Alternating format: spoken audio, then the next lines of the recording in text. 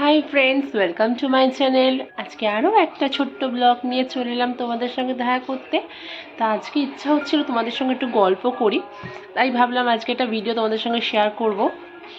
তা আমি তোমাদের আগে কয়েকদিন আগে একটা ভিডিও শেয়ার করেছিলাম পিসিওডি, আমার পিসিওডি বিফোর প্রেগনেন্সিতে যে সিমটমগুলো প্রবলেম হচ্ছিল, তা সেগুলো তোমাদের সঙ্গে শেয়ার করেছিলাম। তা আজকে তোমাদের সঙ্গে আমার প্রেগনেন্সি জার্নিটা শেয়ার করব। তা আমার মেয়ে এখন বয়স হচ্ছে, এখন ওর 9 বছর হবে, এখনও হয়নি, 8+ চলছে। তা আমার যে প্রেগনেন্সি জার্নিটার কথা বলছি, এটা খুব একটা ইজি ছিল না আমার কাছে, আনএক্সপেক্টেড ছিল। আমি ভাবতে পারিনি যে এত তাড়াতাড়ি কনসিভ করব, কারণ আমি পিসিওডি প্লাস ছিল থাইরয়েড, এই দুটো ছিল। কিন্তু জানি না ভগবানের আশীর্বাদ কি নাম জানি না, নাকি কোনো হয়তো প্রবলেম কিছু একটু সলভ হয়েছিল বলে আমার কনসিভ করতে পেরেছি। তার আগে যেহেতু অনেক দিন আমি ট্রিটমেন্টের মধ্যে ছিলাম, প্রায় 2 বছর মতো প্রেগনেন্সির আগে, বিয়ের আগে আমি 2 বছর কন্টিনিউ ট্রিটমেন্টে ছিলাম, পিসিওডি এতে আর প্লাস থাইরয়েডে। তারপর যেটা হলো যে আমি 2 বছর ওষুধ খাওয়ার পর আমি যখন যখন বিয়ে হয়, তারপর আমি খুব তাড়াতাড়ি আমি কনসিভ করার জন্য চেষ্টা করি ডক্টরে কনসাল্ট করে।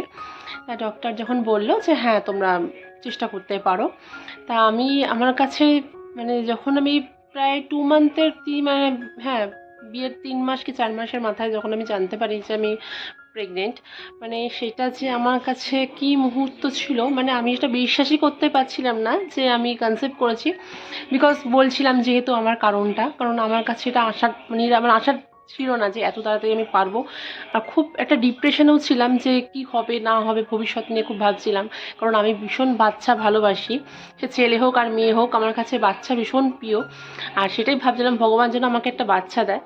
আর তারপর জানি না হঠাৎ করে আমি আমার কিছু স্কিপ করছিলাম, পিরিয়ড স্কিপ করছিলাম, এবার কিছু প্রবলেমও হচ্ছিলো, শরীরে একটু আনইজি ফিল হচ্ছিলো, বমিটিং কিছুটা এরকম প্রবলেম হচ্ছিলো। তারপর আমি যখন টেস্ট করলাম যে স্কিপ করার পর, তখন আমি দেখলাম যে আমার পজিটিভ আসে। তা সেই মুহূর্তটা জানি না প্রত্যেকটা মার কাছেই খুব স্পেশাল, কিন্তু যারা হয়তো কোনো প্রবলেম ছাড়া চলে ব্যাপারটা কনসিভ করে, সেটা কিন্তু আলাদা। আর যারা অনেক রকম প্রবলেম নিয়ে যেসব মারা কনসিভ করে না, তাদের কাছে কিন্তু এটা অন্যরকম একটা ফিলিংস, বলে না যে হাতে চাঁদ পাওয়ার মতো, ঠিক ওরকম আমার কাছেও সেম ওরকম ছিল। তো ভীষণই আমার আনন্দ হয়েছিল। তা এখন তার বয়স হয়েছে, বললাম যেহেতু অনেক বড় হয়ে গেছে সে, যে এনাকে দেখতেই পারো তোমরা, আমার ভিডিওতে সবসময় আমার ভিডিওতে থাকে আমার মেয়ে। হাই করে দাও। তো এটাই তোমাদের সঙ্গে শেয়ার করার ছিল যে আমার কাছে প্রেগনেন্সি জার্নিটা। তারপর তো যে এরকম কিছু প্রবলেম আমার ক্রিয়েট হয়নি। আর কনসিভ করার পর যে আমার কোনো রকম থাইরয়েডের জন্য বা পিসিওডি ওষুধ তখন খেতাম না, তার আগেই বন্ধ করে দিয়েছিলাম। তা এটা নিয়ে আপাতত কোনো সে সময় কোনো প্রবলেম ক্রিয়েট হয়নি। কিন্তু বলে না যে সিস্ট বা কিছু থাকলে সেটাকে খুব একটা পুরোপুরি কিউরেবল হয় না, ট্রিটমেন্টের মধ্যে বা ফিগার মেনটেন বা ডায়েট ঠিকঠাক করে রাখলে তবে সেটা ঠিকঠাক থাকে। কিন্তু জানি না আমাদের হাউসওয়াইফদের পক্ষে না সব কিছু সম্ভব হয়ে ওঠে না। যতটা পারি চেষ্টা করি ওই ট্রিটমেন্টের মধ্যে, যতটা পারি নিজেকে একটু সব কিছু খাবার দাবার থেকে সব কিছু মেনটেন করার চেষ্টা করি। এই হলো।